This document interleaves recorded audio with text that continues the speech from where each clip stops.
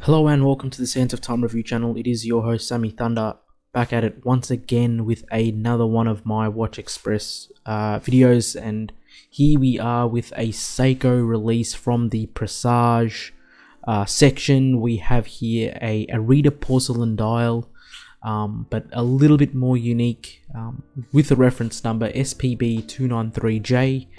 You can probably tell just by looking at this watch we do not have a date complication, and we feature a Arita porcelain dial. For a bit of context, the watches that were fitted with Arita porcelain dials or Shippo enamel dials as well, due to the thickness of the dial itself, the case itself was much more thicker than your typical enamel dialed Presages that we had, and they would reach to thicknesses of about 14.6, so they were quite thick for the kind of watch they were trying to be. And we can see here that Seiko, they're trying to use their new caliber, the 6R31 mechanical hand wind movement. So it is an automatic that also hand winds, but it doesn't feature a date complication. As we can see here, it is an extremely clean dial with the text Presage automatic and the brand up there. So it's featuring a Arita porcelain dial, and Arita porcelain is a very special dial. It's a dial that's used on brands such as Cradle on their Aichi model. So it's one of their flagship models from the brand Cradle, which is the upper echelon of the Seiko group. They are beyond Grand Seiko in that positioning when they produce that watch, which was manufactured in the micro artist studio with a dial that's handmade by one craftsman. I believe it's Hiroyuki Hashiguchi, the same people that also work on these porcelain dials from Seiko. They're the same people that also would work on your Cradle porcelain dial as well, which is just excellent. And you can, when you do pick up an Arita porcelain dial in hand, you can kind of tell that there is something very, very special about this watch. It has a very creamy, luscious white texture. I wouldn't say it's a texture, it's just milky. It's very milky. The indices just feel like they're afloat, and the way they've done the porcelain cut there, it's just phenomenal. There's a lot of depth to the dial, and the manufacturing process and the history of Arita, I won't really go into it now, but there's a lot to it, and it is a bit of a hands-on approach, a little bit laborious in that sense, and hence this watch is special, and it is priced at 2,700 Australian dollars.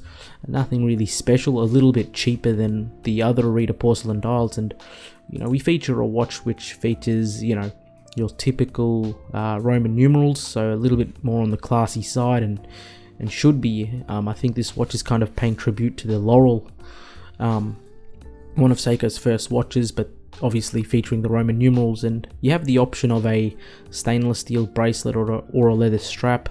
Personally, I'd just cough it up and get it on the stainless steel bracelet. So that's one thing. So we are featuring the 6R31 caliber here, which is manual winding, automatic, 70 hours power reserve, 3 Hz beat rate, so a slightly slower tick, but you make that compromise and you gain the boosted power reserve. You get 70 hours of power reserve, you get no date, and hence you're able to at least produce a watch that's 12.4 mils thick. Now 12.4 mils, it is, I would say, relatively thin, but it isn't the thinnest watch you can get. And I think that's where a little bit of the competition starts to pick up, because there are watches out there from Swiss-made manufacturers where you'd meet true dress watch dimensions, and unfortunately, this watch wouldn't feature that. But 12.4 mils really isn't that thick, because I currently wear my SBGM221, which is very close to 14 mils thick, but due to the case design, it really masks the thickness, so it really doesn't matter what.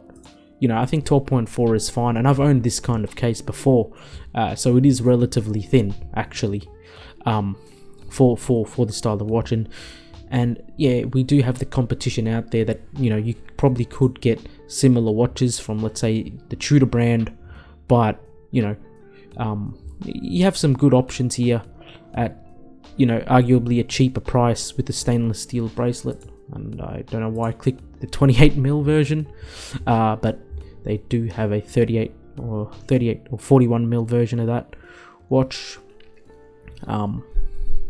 And you probably wouldn't get a discount here, and you know, you're getting a stamped guilloche dial, you're getting some nice rhodium plated handsets, the finishing on the case is nice, and you're getting pretty much a very well decorated mechanical movement that you don't get to see.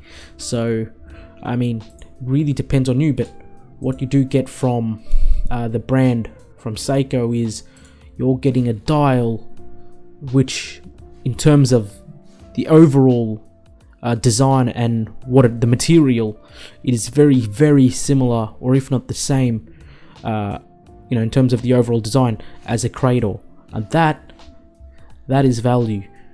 So this watch here is, I believe it's special. I think Presages are extremely underrated watches, and you know, I don't know if the snobs out there, you know, they don't like the name Presage, they'll find a reason to hate on the brand or something. You know, people are saying the Prospex X logo doesn't look good. I mean, you know, tiny things like that, you know, really ignore it and look at what you're getting. I've held these cases before. I've owned 3 enamel dialed Seikos throughout my life, and yes, the case itself is a very, very high machine polished that, to be honest, I couldn't even tell the difference between the side profile of this watch and a Zaratsu case at one point, and this is just machine finished. So it's great. You're getting a handcrafted dial, you know, there's work going into it, and you get an excellent quality case, and you're getting a workhorse mechanical movement, albeit there are some issues, I'd say, with the accuracy tolerances, plus 25 to minus 15, but I mean, you're getting this dial, you're getting these those indices are just, those Roman numerals are just floating on the dial. That's craftsmanship. You know, you're getting good craftsmanship here, which is great. In terms of the leather strap, it doesn't really look that great to me. Probably something I would see on a typical Presage, so maybe they downgraded there. So I'd just take it on the strap, I mean on the bracelet, and if I really wanted a leather strap, I'd just put my own, because you know, just have that freedom. But you know, the lug to lug of this is around 48 and a half, and the case itself is 40.5 mils. So it's very decent dimension, so close to 49 lug to lug, and 12.4 mils in thickness, and that, reducing that dimension is the main thing. You know, they've given us an Arita porcelain dial which is thinner and at a lower cost actually than the previous Arita porcelains, so that's excellent. That's great to see from the brand. So the brand is moving in the right direction. What I'd like to see in the future, which we may see, is the use of the actual Arabic numerals that you saw on the Laurel, which was, you know, one of Seiko's first watches ever created, wristwatches, and that is going to be awesome to see. One other, I wouldn't really say this is a gripe, because the level of dial details they're giving is just through the, you know, it exceeds in value. But one thing I do notice with these is that these handsets, they're not thermally blued. So you do have a nice leafed handset with the crescent moon seconds hand, but yes, it's not thermally blued, it's painted, but it really doesn't, in this case, doesn't matter. I think it would be an elevated experience if they were thermally blued, but you know, given that beautiful dial and those, you know, even with the Roman numerals, there's depth to it. You know, it's a 3-dimensional. So you know, to get this dial is just, I don't know where else you can look. You can look at other brands like Anordain that work on enamel, Fume enamel, and you know, I looked at their prices and they're coming around, the ones I want are coming around 4,000 Australian dollars, and yeah, I think I have to pay import tax on them. So when you really look at it, the kings of enamel, you know, it still goes to this brand Seiko for the value proposition. That is, for the affordable luxury value proposition, it goes to Seiko. I mean, the other brand I see is Anordain, but the watches are just too expensive. You know, but you have much more options there. So, and with Seiko, you do get the reliability, the warranty from the brand. You know, you get that, you know, ease of, you know, that easiness where you can just go to your local Seiko if there's ever anything wrong, and they will take care of your watch. So yeah, I think this is a good watch, step in the right direction.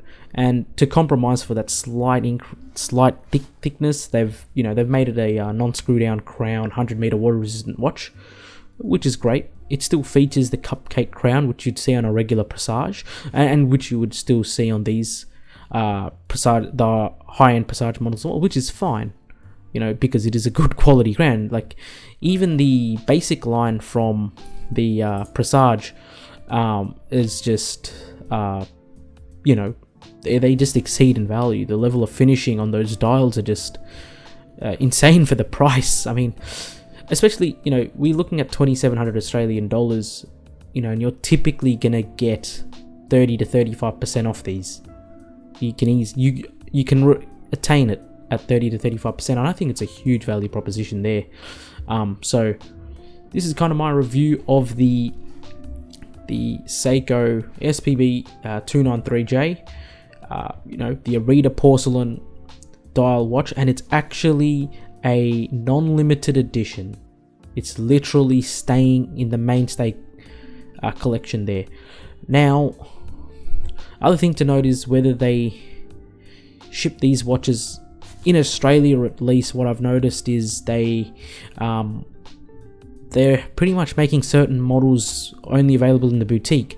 Now, even though this is not a limited run, if it's only available to the boutique, you don't get that discount. So it kind of does hurt a bit, I guess. But I'm expecting these to be released to all of the authorized dealers, and I hope so. So, you know, one day someone out there, myself, can actually get my hands on one of these, because I think the value proposition is there. This is one phenomenal watch, and I'd like to see it in person. I mean, I've pretty much seen the case. It's the dial and the thinness that's great. So thanks for watching. It's the sands of time. Exiting. Peace.